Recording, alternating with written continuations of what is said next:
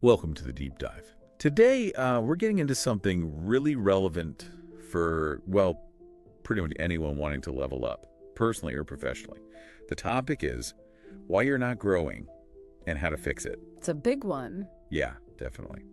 We've dug into some great insights from keys to personal growth, and our mission here is to pull out the really crucial stuff, find those common roadblocks, and importantly, figure out some actionable ways to get past them.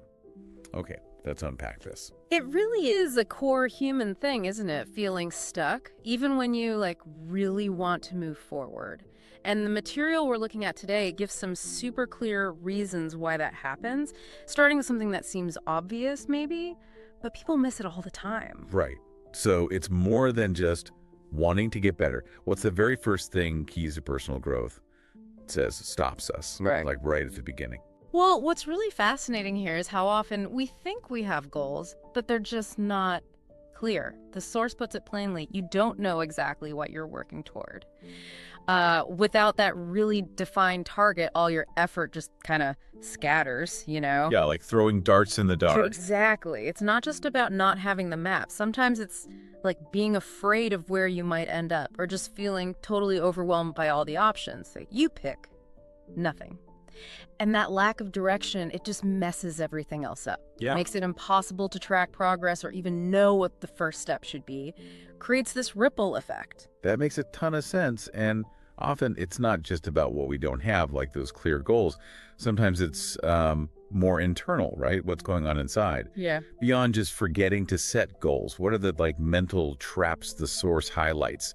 The things that keep us stuck? Yeah. If we connect this to the bigger picture, these aren't just little hurdles. They're more like internal frameworks we operate under, and they often need a real shift. The material points right at the comfort zone trap. Big one. And tied to that, this really pervasive fear of failure or rejection. It's natural, right? We lean towards what feels safe. But growth requires discomfort. It requires taking some risks. Avoiding that keeps you exactly where you are. And that avoidance, where does it come from? Often it stems from a negative or fixed mindset. Yeah. That core belief that fundamentally you can't change. And if you believe that, it becomes a self-fulfilling prophecy, doesn't it? You stop even looking for opportunities because deep down, you've already decided growth isn't really on the table for you. Okay, so let's say you manage to get the goals clearer. You're trying to work on that mindset. Mm-hmm. What about the actual doing? The day-to-day stuff. Yeah. Because the source is pretty adamant that growth isn't about these huge, dramatic moments. So what are the daily roadblocks? Right, and this raises a really important question for you listening. Are your daily actions actually lining up with where you say you want to grow? The material calls out poor habits and daily routine as major culprits. Real growth comes from those small, consistent things you do every single day. Not the grand gestures. The small steps. Exactly. And tied right into that is a lack of discipline or consistency. I mean, who hasn't started some new habit all fired up, only for it to just fizzle out after a week or two? We all are. But that consistency, that discipline, it's where the magic happens. Those small actions compound over time. Without it, even the best intentions just don't lead anywhere. So, okay, you're trying to build habits, you're being consistent. How do you know if it's working? If you're actually moving forward? Yeah. The source mentions a key pitfall here, too. Yeah, it's about perspective, really. An objective perspective. The material highlights no feedback or reflection. If you're not regularly pausing to, take stock of how things are going, or, and this is crucial, getting some honest input from others, well, you can just stall out completely. Like flying blind. Totally. You're just operating in a vacuum. And speaking of external input, there's another kind the source warns against, right? The kind we get from looking sideways. Ah, yes.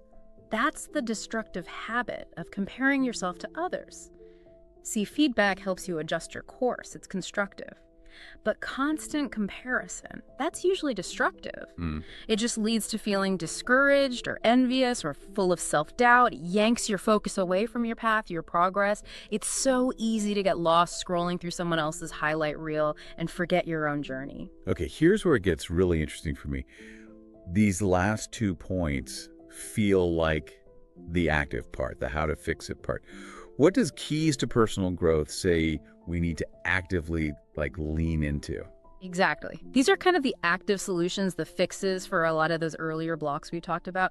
First, the source really champions embracing challenges, not just tolerating them, but actively seeking out and leaning into struggles, because that's where the real learning happens. That's where development occurs. So don't shy away from the hard stuff. Pretty much. And right alongside that is not investing in learning.